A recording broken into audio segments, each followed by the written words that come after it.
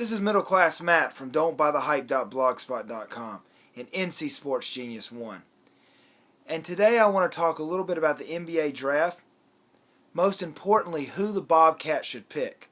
I actually am wearing some Bobcat orange here, representing.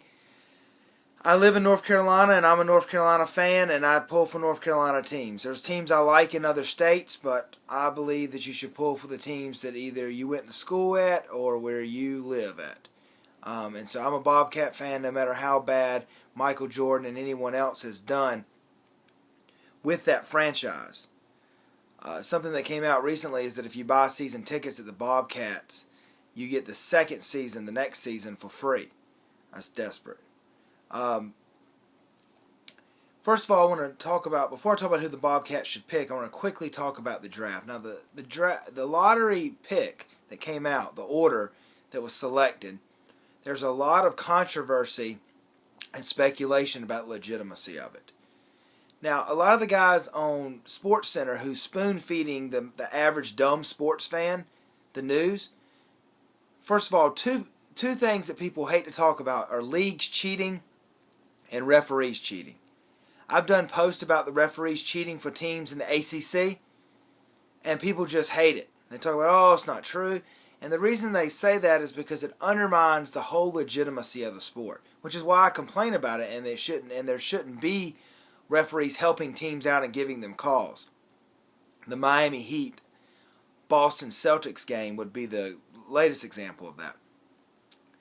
And the guys on ESPN and TNT, I mean, maybe not Charles Barkley, he'll probably say anything, but most of them are not going to come out and say the refs cheat, even though it's been proven that refs have cheated and there's been conspiracies in the past.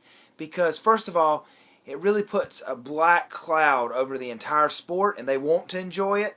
So, kind of living in a fairy tale, they refuse to accept it. And two, no one's going to say that the league is cheating like the NBA rigged it for New Orleans to get the first pick. Because if they do that, then the NBA can complain and they could lose their jobs. So the average sports fan won't agree with that because they're being spoon-fed from the outlets like ESPN. But it makes you really wonder when a team is like it was a hard sell to sell the New Orleans Hornets, and the NBA owned them, and they're basically, you wonder if they didn't say, hey, look, we'll get you the first pick if you buy it. It really makes common sense. So it makes you wonder about that. But now, who the Bobcats should pick with the dreaded number 2 pick? The number 2 pick that has worked out so few times. I really think they only have 3 options other than a trade. Those 3 options are Michael Kidd-Gilchrist, Thomas Robinson of Kansas, and Andre Drummond of Connecticut.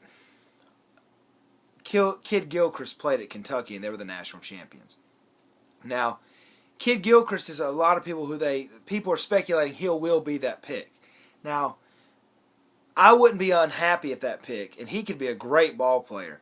But he's sort of a wild card, and here's the reason why. There's tons of 6'6", 6'7" athletes in the NBA. Now, he's a special one. He can jump. He's got a big NBA body, weighs like 235 pounds. He's got a 6'11" wingspan so he can get down and bang with the big men. He's a special wing player. But there's tons of guys like that. Richard Jefferson,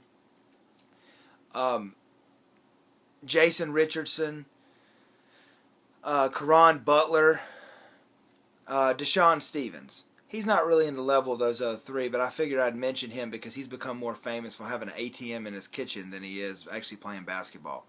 And there's a lot more than that. There's that 6'7" athlete. And those guys, all that I named, are all good players. All players people would like to have on their team, but have been traded, passed around. None of those guys really you build franchises around.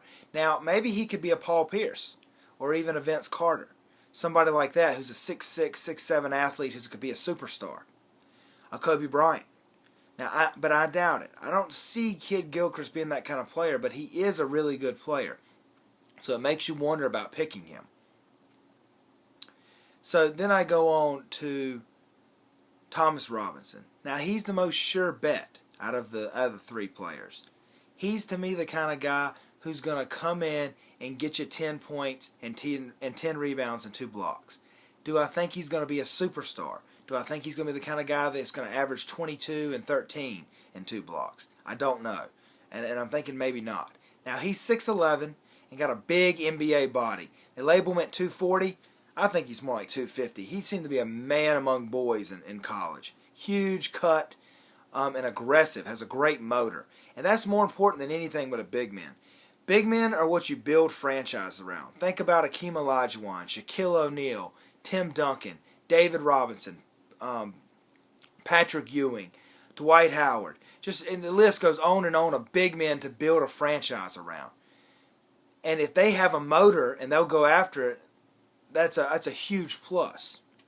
Now, speaking of motor, the third player that they could pick is Andre Drummond. Now, that's my big question about is the motor, because he's got the physical abilities to be a dominant big man. He's 6'11". He's only 18. He could grow to be over 7 feet tall. Men keep growing until 21, 22 years old. That's happened before in the NBA. Guys get drafted and keep growing. And he is the kind of player that literally can dominate. He reminds me a lot of Greg Oden. Now, a lot of people won't like that comparison. They'll say, why would you draft Greg Oden? Well, he got injured all the time. I'm not saying that Andre Drummond's going to get injured, but he reminds me of that kind of specimen who was the number 1 overall pick. 6'11", probably going to be 7 feet tall, so a legit 7-footer, 275, 280 pounds, 7'5" wingspan. This guy's a true big man you can build a franchise around. But will Jordan be scared of him for the Bobcats because of drafting Kwame Brown? He seemed to be a sure thing too, a big, young center prospect. Because that's the thing about Drummond, he's a true center. Now, Kwame Brown could be more of a power forward too.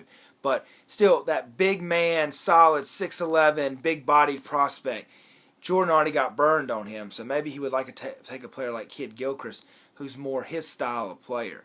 So it'll be really interesting to see which player he takes out of that. You have the wild card, you have the sure thing, but you don't really, and that's Tom.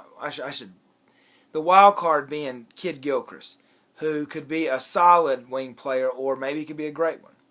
Or the sure thing like Thomas Robinson, who you know what you're going to get, but probably will never be a superstar, but should be a solid player. Or Andre Drummond, who could literally become a dominant player, depending on if he has the motor and the work ethic and the IQ and the things that go along with it. So Jordan's in a tough place with this pick. So it'll be interesting to see what he does. So I'll have to tune in to see what the dreaded number 2 pick that hardly ever turns out good, see what they can do with it, and see if the Bobcats can improve their miserable, dreadful performance from last season, and see if they can get things on track. Jordan is notoriously for missing picks, so it'll be interesting to tune into the draft and see what he does. This is Middle Class Matt, and I'll see you next time.